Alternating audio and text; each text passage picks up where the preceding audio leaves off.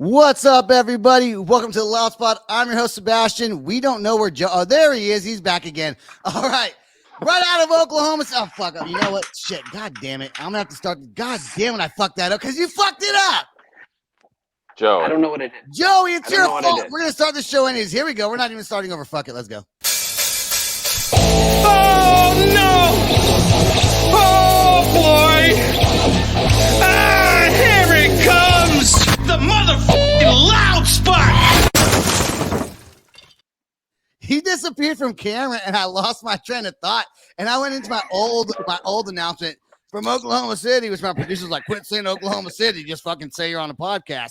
So anyways, we're here with a band called Bad Year. I was going to say, but it's been a good year. Then I was going to play the intro song. But, you know, I blame Joey. It's your fault. So but the show must go on. You guys, listen, this is episode number 300. So you guys have been to the Cool Kids Club, as my wife called it earlier. So let's go. And you know what? I don't always talk to bands, but like 90% of them are bands. So like 270 bands, maybe. Some of them been on. That's a lot of.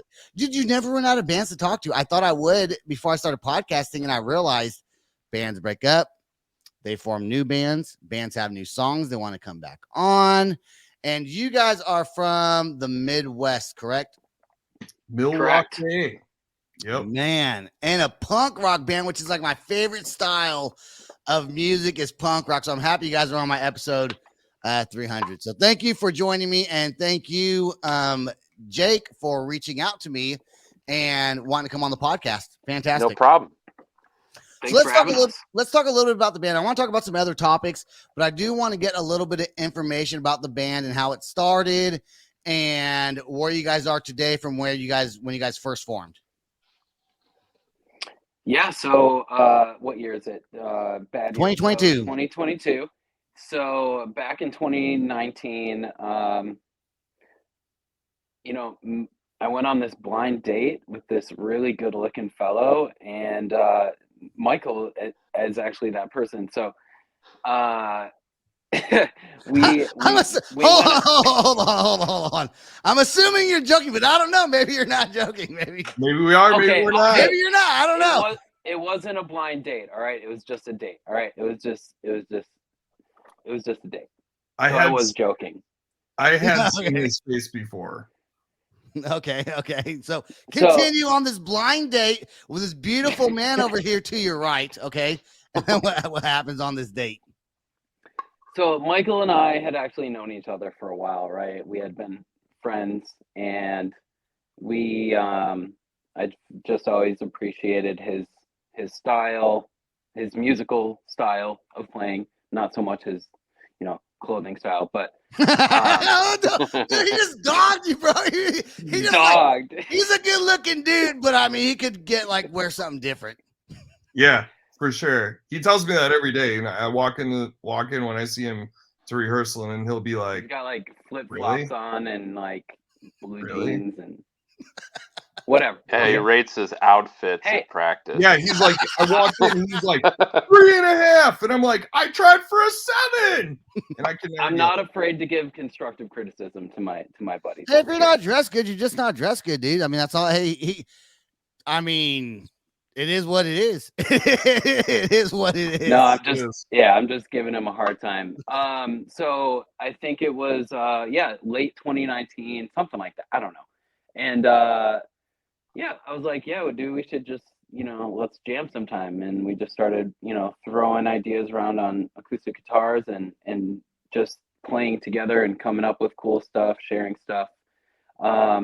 Started roughly demoing some of these ideas and practicing together eventually with, me on drums and getting some more structure to the songs overall, and just making very rough demos, just coming up with whatever we could, and working on some things together. And I don't know what took place after that, Mike. I mean, well, Joey was living in Indianapolis at the time. Okay.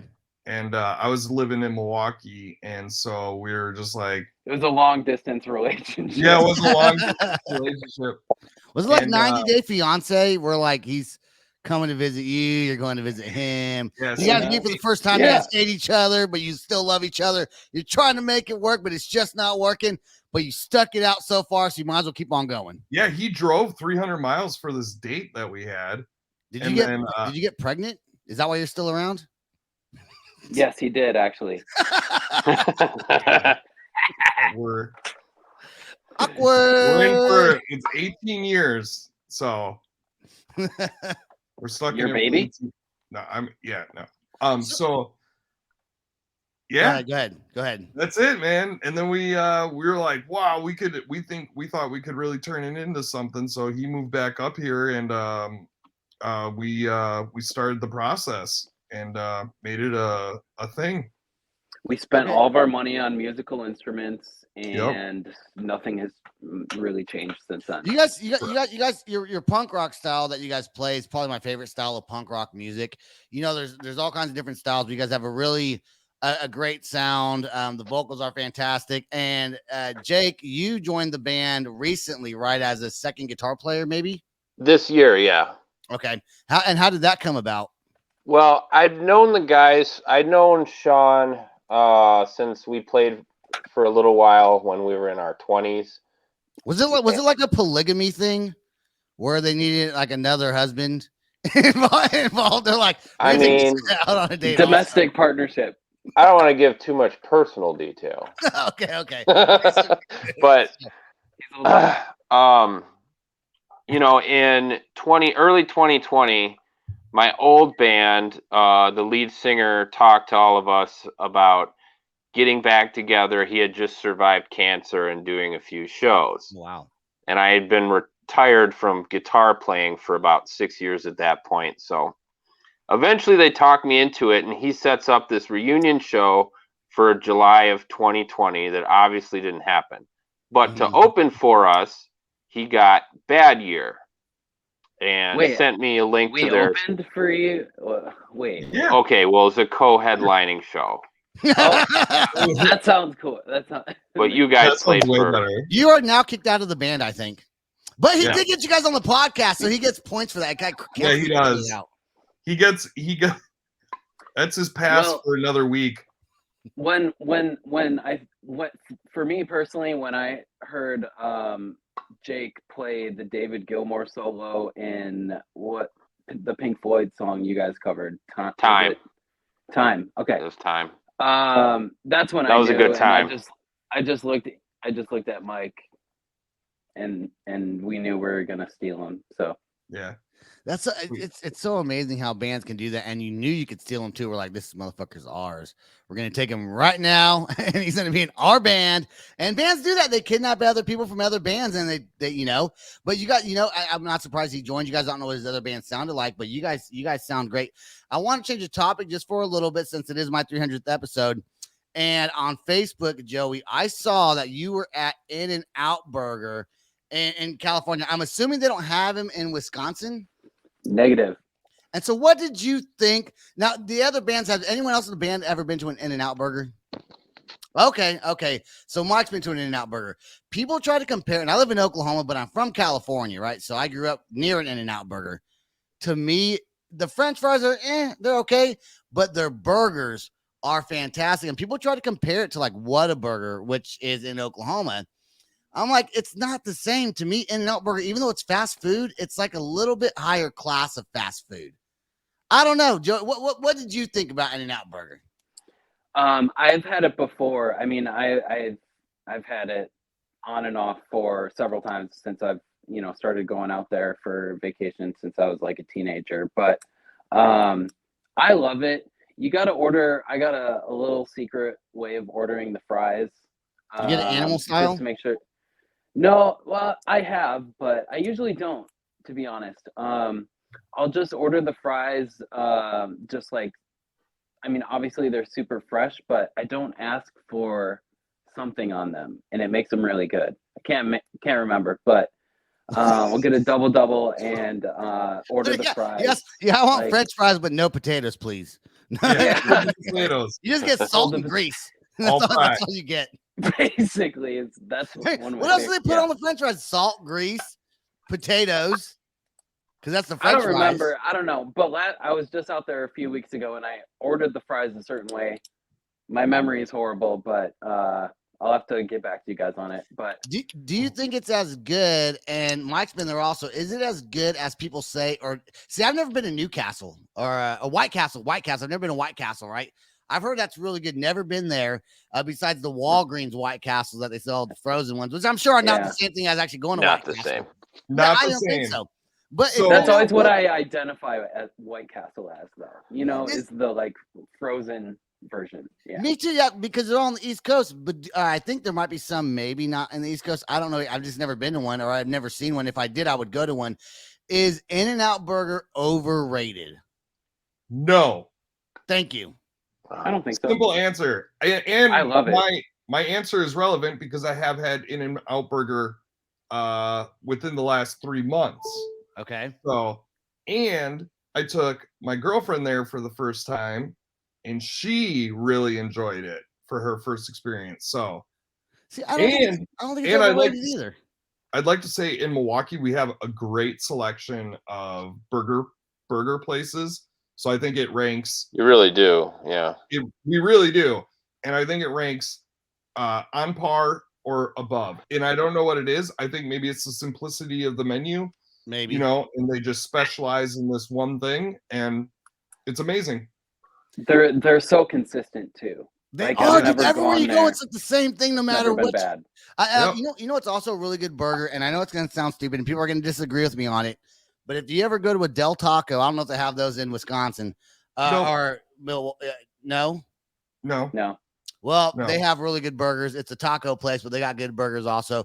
I just wanted to say on my 300th episode, I love In-N-Out Burger, and I wish they would come to Oklahoma. I know there's a couple in Texas, but maybe I like it more because they're not in Oklahoma, and so it's like a treat to go and have one wherever someone is. Okay, now Wait, are we applying for an In-N-Out Burger a sponsorship right now? we Is that should. what- They should sponsor Yeah. us. All of us. But Yeah. you know why they're not going to sponsor us? I'll tell you why they're not going to sponsor us, because we're about to talk about micro penises for a second. So, Perfect. All right. so Great. there goes the sponsorship with In-N-Out Burger. All I want to say is I have a Roadcaster here that my producer got me, and there's little buttons on it that do like little things like, you know, things like that. Well, I want one that just says micro penis. Like whenever someone says something stupid or like I make a bad joke, micro penis that button. And I got my buddy working on it this weekend for me. It will be a button on the show. That's gonna be my new thing on every single episode. I will push that button at least once, unless it's like all women. Then I probably still will. But I'll let Why them know in not? advance. I'll let them know in advance that I'm gonna push that button. And for that reason, In-N-Out Burger will not sponsor me. If we just come on the show a couple weeks later, we could have had the micro penis. Yeah, you guys could have, but we're implementing it now, and but it's very special to have 300 episodes and going this far and going so long as I have. You know, a lot of people start podcasts, they quit after just 10, 20 episodes because it's a lot of work. You got to do a lot of things, but lucky for me, I'm a talker and I don't mind talking to people, and I get to hear all kinds of cool music from all kinds of different bands from really around the world. And there's so many great bands out there, especially like bands like your guys. Like you guys, that you don't have a huge following, but to be able to share it on a platform like this could either grow your following some, or you're getting your voices out there, you're getting your music out there, and it's awesome because you guys really, like I said earlier, my favorite style of punk rock is the kind of punk rock you guys play. You have a song called "Killing Me." I want to play that here right now, which is about suicide, is it not, or mental health? I will go mental health, but. Okay. Suicide's part of that. It is. And I was talking with the band called the Almas. I think they're like, I was talking to Jake about that earlier. I think they might be from your guys' area, maybe. Yeah, my area. Yeah, and they, we talked about, I think, suicide prevention on their episode, and similar to your music video, they had the suicide prevention number at the end of it, which I think that number is the same, but they made it simple recently, which I learned 988 is the suicide prevention hotline. So I like to make a lot of jokes on my podcast and talk a lot of shit, but sometimes things do get serious. And when they get serious, it's hard to make a joke, even though I try to every now and again, tastefully, if I can. But this music You video, gotta have humor in life. you gotta got have you some gotta humor. exactly. Thank you very much. And in death too. I mean, let's be real. Yeah, you know you're right. That's kind of how I've coped through a lot of a lot of deaths of close friends and family. You gotta have humor somewhere. So on a more serious note, then, is the band itself. I knew there was like maybe some drug addiction, and I know maybe some people aren't here that were struggling with that. The band is the band big on being sober a lot and dealing with mental struggles, or where do you guys stand with that? And is a lot of your music about mental health? Yes. So we several of us are in recovery ourselves. We're very lucky to have that opportunity. We know too many people who have passed away from substance use or are still out there using, overdosing, dying, people who have never even, aren't even drug addicts, just everyday people who think, a college student might think they're going to get an Adderall because they have a test coming up. No, it's got fentanyl in it and they're dead. So that's why things like having Narcan or naloxone is so important in fentanyl test strips, because you can administer this to anyone at any time and possibly save a life. Do you still, and I'm so happy you're able to put that on camera right there. Do you still have friends that struggle with addiction? And is it hard to stay friends with them, maybe being in recovery yourself? I don't know, because you don't want to put yourself in, being an addict, you never want to put yourself in a situation where you might be tempted to use, because it's so easy to be like, oh, just one time, I'll be fine, right? A lot of people think that. So is it hard to stay away from those friends, or do you want to keep those friends close and try to kind of father them, if you will? So some of the work I do, I'm a peer support specialist. So my job is to use my lived experience to help other people in recovery, right? Whether they're still using a substance or not, it doesn't matter. Like, we're just here to help prevent death and save some lives. So you brought up a few points. When it comes to, people I know and close friends that may still be using substances, first off, I have to have that recovery myself, and put in the work in order to get to somewhere in my life where I'm in a place where I can go anywhere as a free person and have that freedom of knowing intuitively and having that mindset of, like, I'm in recovery today, and that's what I'm planning on doing tomorrow. Yeah, I also plan on, not picking up, but I think healthy boundaries is also something that is a learning process for people, whether we work in the field or we're sober and we go out and play shows at bars and venues all the time, where there's, you name it, like, we've seen it. Yeah. And we've been in the same room of people fucking snorting like ecstasy and what, I don't know, it was something else weird, a weird combination. And I'm like, yeah, that's cool, man. And I always have Narcan with me. I always got drug testing strips. So ultimately, people use drugs. We live in fucking America. Like, let's be real about it. Like, I mean, it's all over the world, really. I mean, maybe not in some countries, but for the most part, it's kind of all over the world, right? Yeah. And so I think it just comes down to knowing your limits, right? Mike and I know that we're like either too good at drinking or not good enough. So but we've learned that through experience. Right. And we know that. So us being like, oh, fuck it, like, I could have one, like, When That drinking doesn't a lot of work times when for you're us. drunk is when you let your guard down and you want doing something else is because you're drunk and you're like, who cares? We're Yeah. drunk, let's just do it, you know. And it's Yeah. it's one of those things where, you know, one thing can lead to another, and alcohol definitely is can, when you're inebriated, you know, you wind up doing maybe things, your judgment's obviously not so good. I want to play this song real quick, and then I'm gonna tell you guys a story that I can relate to about opioid abuse. I'm not gonna get into too much detail about it, but it has to do with a friend of mine. Let's listen to this song real quick, and I'm gonna mute you guys while this song plays. Okay, so don't Okay. think that your phone's not working or your thing's not working. And then I'll unmute you guys when the song's over. All right. And this song Sounds good. this song's called "Killing Me," right? And when did this song come out? 2021. June 3rd, 2021. Okay, so just a little over a year ago. All right, here is "Killing Me" by the band Bad Year Punk Rock. This song is awesome. Check it out, guys. Here we go.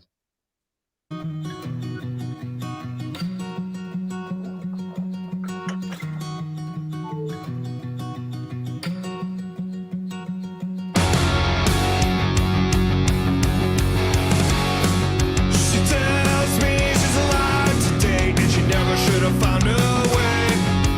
Now she tells me everything a part of her would never complete the same.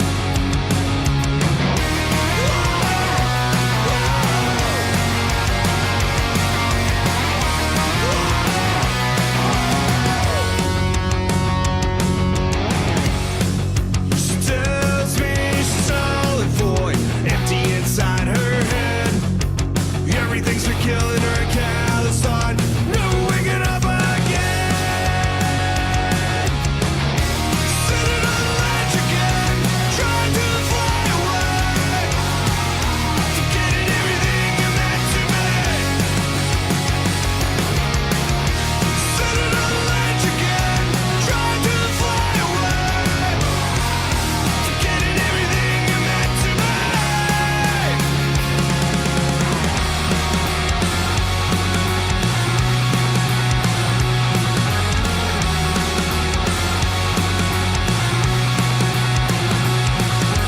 Ships will sail, winds prevail, she is killing me.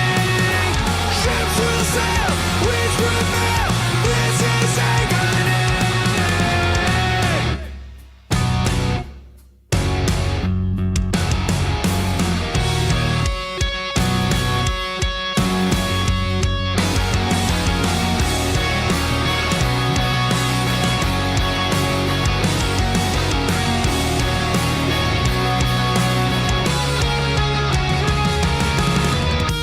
Sitting on the ledge again, trying to fly away, forgetting everything it meant to me. Sitting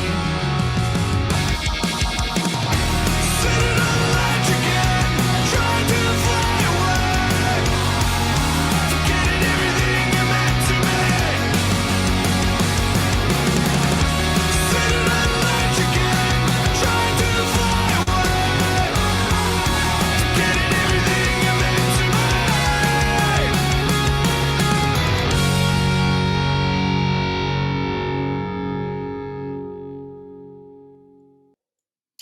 All right, and there we go with "Killing Me" by the band Bad Year. Such an awesome song, Jake. I don't think you were in that music video. You joined after that music video. I was in the bathroom when they were doing that. Is that what you tell everybody? Is that what you say? That's my story. You know, they were I forgot they were doing a music video. My stomach was hurting, and by the time I got out, they were done. And I was When like, nature calls, you got to go. I've been there. Yeah, I've been when there. nature calls you got to go. I'm gonna share a story with you guys without being too specific on it. I do got a buddy of mine who came to town to Oklahoma City, and I'm from California. Comes into town and he had to go to work somewhere in another state. And he goes, "Hey, I'm gonna stop by your house for about a week since I'll be on the road." And he's passing. I live right off the highway, off I-40. And so I was like, "Okay, cool, man. Hang out for a week and then go to your job." Cool, right on. I was excited. He gets here. I did not know that he was withdrawing from fentanyl addiction. Oh. And I have to go to work, like I travel and stuff. So he's at my house, like all shaking and cold. And I was like, "Dude," he goes, "If I would have told you, you wouldn't let me come over." I was like, "Yeah, no shit, dude. I got kids, you know what I'm saying?" But he was here, and I drug him with me out of town to go out of town for work. took him with me. I said, I thought I'd take him to the hospital. I thought he was going to die, to be honest with you. It looks like it and feels does, like yeah. it. It feels like it too. Yeah. You feel like you're going to die. He couldn't eat anything. And so, but I took him with me out of town. And of course, out of town, there's nothing for him to buy anything. And he's not used to being in Oklahoma, especially these little small towns. And it took about a week before he wound up going to his job. He was completely fine. He came back over here after his job, and he's been off it now, I think, for about a month and a half. And he's super excited. You know, he has a great job, but just seeing that and what it can do to you just from not doing it was scary enough for me to never want to try. And I'm 40. I just turned 40 last weekend. So, or two weeks ago. Time flies, man. I don't know. It was like September 8th, whatever that was. I turned 40. So about a couple weeks ago. And so at this age, I'm too old for any of that stuff, but it's crazy to see what it can do to someone just from not doing it. And I'm like, why would you want to be addicted to something that just makes you like just down and out? And I don't have that trait or that calling or that urge to ever try anything like that. And thank God I don't, because I used to be crazy when I was younger, and there's a good chance I could have been addicted to anything at my age now, but I wasn't. So, you know, anyone out there that's struggling with drug addiction, there are counselors out there, and most people that do drug addiction, when they get to that stage, I think they do want to stop. I think it starts off as kind of fun and something to do to kind of pass time, get out of your head a little bit, but eventually it does take over your life. And when that happens, it turns dangerous. Yeah, absolutely. I mean, by the time that you're physically addicted to something, you're just trying to maintain. Your body and your mind physically needs it to do whatever you have to do that day to get through another day, whether it be go to work, take care of the kids, like whatever. You know, when I was in 8th grade, my cousin died from a heroin overdose. And I just didn't understand it. I'm like, why would anyone do that? And then, you know, 5 years later, I'm doing, you know, painkillers, Vicodin, Percocet, oxycodone, morphine, OxyContin, heroin, eventually. Like, so but you know, it's not like I knew the consequences. Like I totally knew the consequences, but like it's straight euphoria. And like, if it takes away your pain, if it gets you out of your head, a lot of people are going to do that and want to continue to do that if they don't know how to cope with things that I didn't know how to cope with. One thing that led me to start partying like I did was my drum instructor committing suicide. Oh, wow. 2 weeks after I stopped taking lessons from him. And just like the happiest, coolest, like hippie, you know, old dude, like always like the most cheerful person, taught me everything I know about music. And then and we're going to go over struggling. We're going to go over the 30-minute mark here with that, and that's okay. It's an important conversation. I think people need to hear it. You know, Mike over there. he's been making faces. We can change the topic. Yeah. Huh? We can change the topic. No. I think it's, you know, I will say, you know, I called my buddy tonight, actually, before we did this podcast. I said, hey man, how you doing? Just checking on you.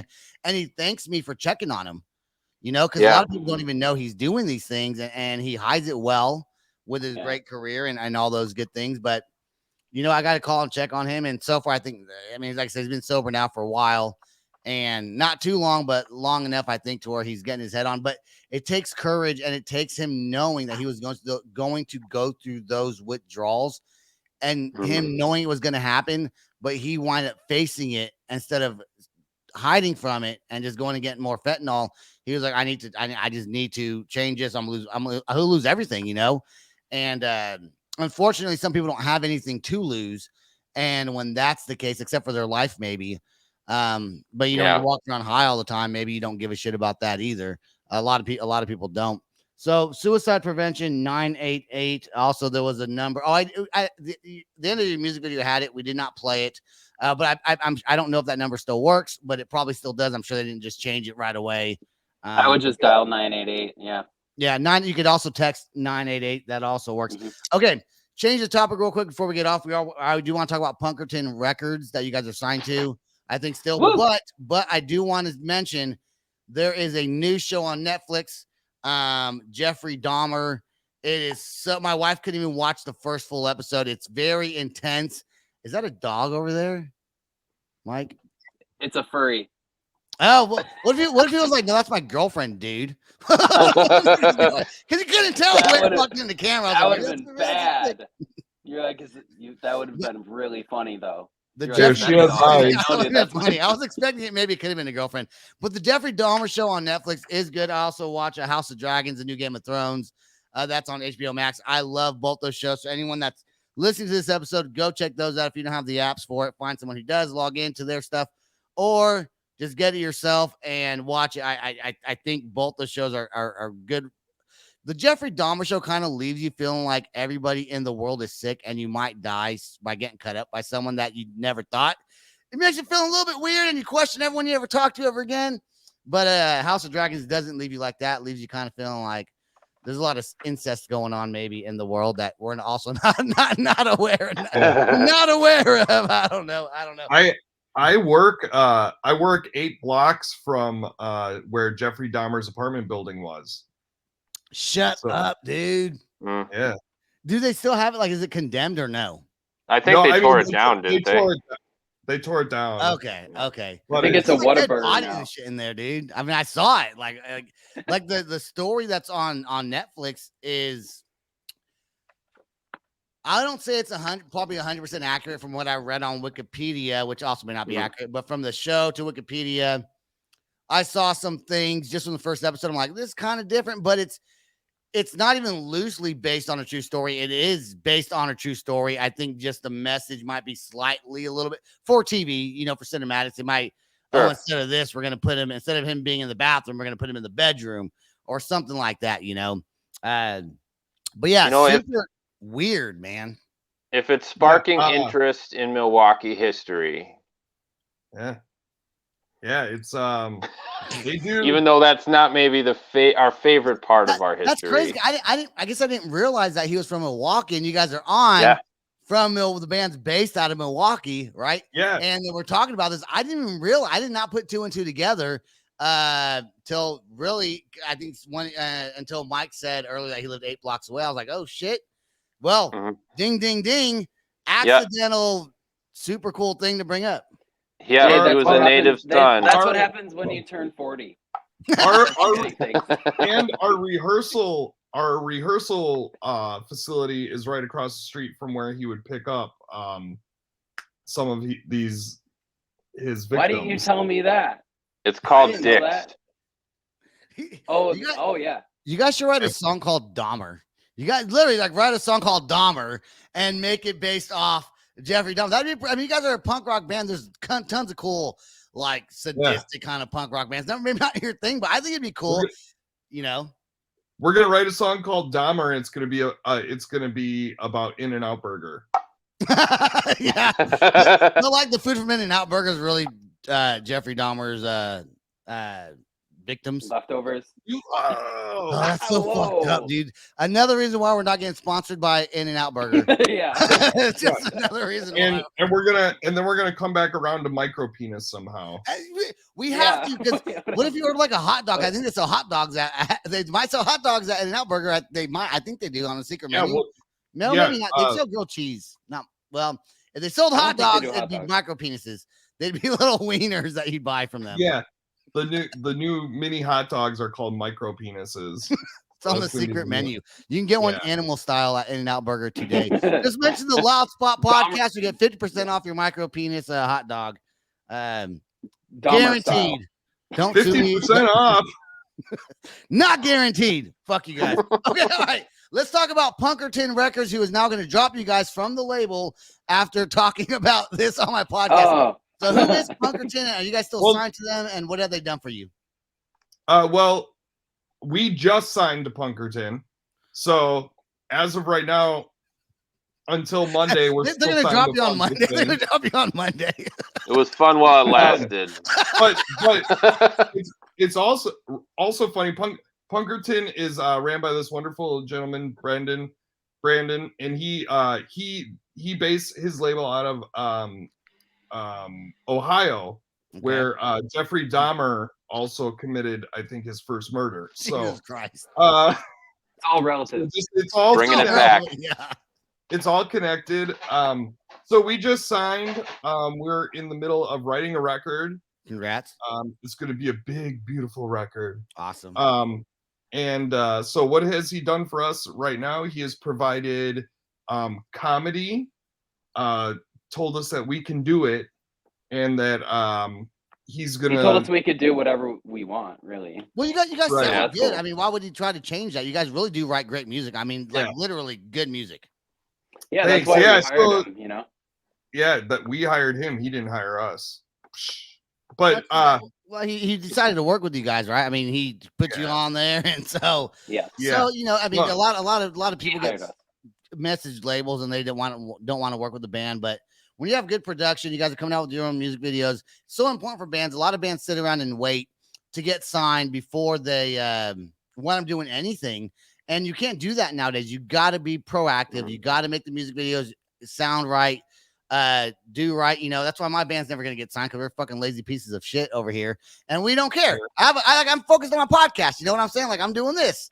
you've done 300 episodes. 300 episodes, man, and little over 2 years, like 2 years and like a month and a half, something like that. Damn. That's great. So I started my first episode August 14th, 2020. So let's talk about your merch. You guys have some cool hoodies and some t-shirts. I saw that on your Facebook page, and you guys got a website, right?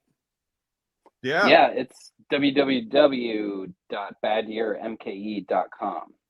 And you can find we got your our merch on there, up right? there.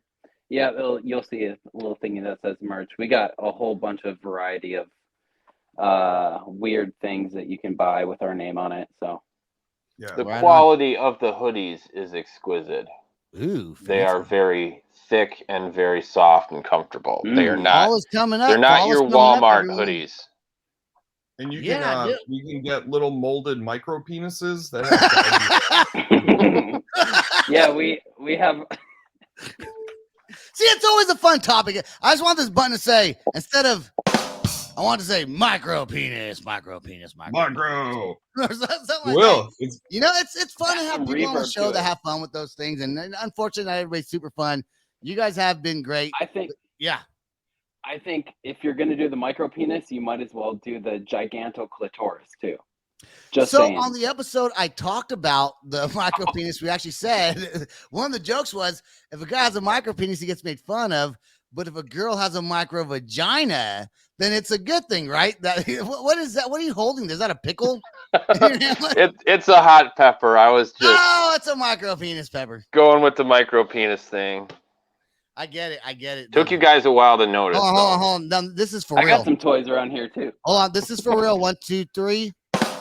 Okay, that was for you, Jake. That was for you. Thank you. Oh wait, maybe this one. Hey, now that's a good one. That's a it good went one. over well. Yeah. It did go over. I do want to, the last thing I want to say is, it's not one thing I love about podcasting is from like on my shows anyways, we can go from talking about mental health, suicide, to micro penises, to Jeffrey Dahmer, to In-N-Out Burger, and everything in between. And it's only been like 38 minutes. Only it's 30 minutes, but fun time talking with you guys. I love bouncing around different subjects. I could go on probably for the next 2 hours, but we have radio stations that play my show. It's like, God damn it, this is a long one. So, oh well, they're gonna have to deal with it. In-N-Out Burger, I do love you. Sponsor the Loud Spot with Sebastian. Last words from Sponsor the band the Badger. guy. Anything you guys want to say, tours, anything you want to give a shout out to before we end the show? Well, I want to shout out to Yeah, Sean. We're very sad that Sean is not here. Follow us on Instagram at bad.year. Yep. Follow us on Instagram. You're gonna get all our fun stuff. And then new music coming via Punkerton Records. It's There gonna we be go. I'm soon. excited to hear. I'm excited to hear you guys' album. You guys have a TikTok at all or Patreon page? Yeah, TikTok is bad.year, I think too. Yeah. Okay, Patreon. Negative. I don't think we got No that. Patreon page. All right, guys, stay right there till after the outro song plays, please. I do want to thank everyone that listens to the Loud Spot podcast. You can find us on all podcasting platforms. We also have a little bit of merch that we're selling. We were supposed to go to Vegas, wound up getting canceled for the festival. The festival canceled on us, so we have a lot of shirts and things like that over at my house and stickers. So if you're interested, hit me up on social media or hit up my producer Sam. Sam McIntosh. You can find him on my he's everywhere that I'm at, so he owns half the goddamn show. All right, guys, that's all we got. If you are struggling with mental health or drug addiction, please seek some help and dial that 988 number if you feel suicidal. That's all the time we got. Guys, stay right there. Peace out, rock on, and much love. This is the Loud Spot outro by Nothing Short of Tragic. Is this all talk with no action? No. Is this my thoughts with distraction? No. Is this what I bought that's in fashion? Or is this the Loud Spot with Sebastian? Yes. Does Nothing Short of Tragic have his back again? Yes. Does everything that's good really have to end? Yes. A pimp host has to pimp show, so to get more episodes, make an order, this is over.